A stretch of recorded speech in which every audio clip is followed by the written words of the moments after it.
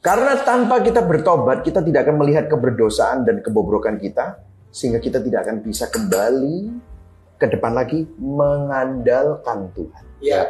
Untuk percaya kembali. Makanya dua kata yang harus saya selalu highlight ini adalah iman, mengandalkan. Kalau iman kita, kepercayaan kita pada sesuatu yang salah, kita perlu bertobat, meratapi, menyadari, berduka.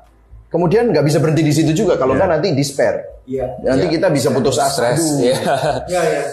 Gagal lagi. Kemana kita harus memandang? Jadi self pity ya. Iya. Jadi self pity. Nah setelah itu kemana kita harus? Apakah kita memandang kepada diri sendiri? Tadi firman-Nya bilang percaya kepada Tuhan. Jadi setelah bertobat kita kembali percaya kepada Tuhan dengan apa? Di dalam perjanjian baru Yesus Kristus di kayu salib. Amin. Orang banyak bilang begini, kasih yang mula-mula dipulihkan. Istilah first love. First love. Nah, kasih yang mula-mula itu bukan datang pada saat kita ikut retreat, KKN. Tetapi waktu self-counseling ini pun sebenarnya kasih yang mula-mula itu sudah dipulihkan. Karena pengalaman kita dengan salib Kristus dan kasih karunia-Nya itu bukan sesuatu yang terjadi 6 bulan yang lalu. Tapi tadi pagi, hari ini. Dan suddenly ya, semua, ini saya jujur aja, namanya emosi itu kan marah saya. Namanya emosi itu kan resah.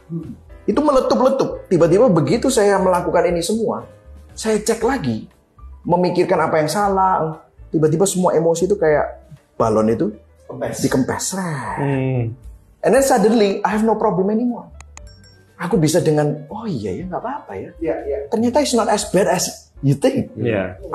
I'm completely healed. I'm completely fit. Jadi bukan disupres, tetapi diproses. Dengan apa? Injil.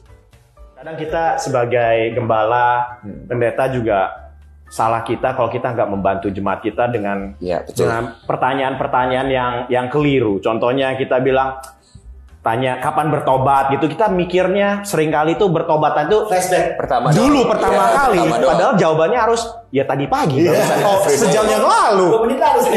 Itu kita harus gali terus, pertobatan itu terus terjadi. Jadi pertobatan ini yang kita diskusikan, kita bicarakan tadi ini bukan soal keselamatan. Keselamatan itu udah dijamin. Itu bukan pekerjaan kita, itu pekerjaan Kristus, itu udah jelas. Bukan karena usaha kita ini sanctification. Jadi sanctification ini beda sama justification. Pembenaran itu udah terjadi. Tugas kita itu bersama dengan Roh Kudus. Kita makanya mulai prosesnya itu, Roh Kudus bantu saya untuk melihat. Itu kita kerjasama supaya kita bisa progressively sanctified. Dan itu harus terus terjadi. Pertobatan terus terjadi.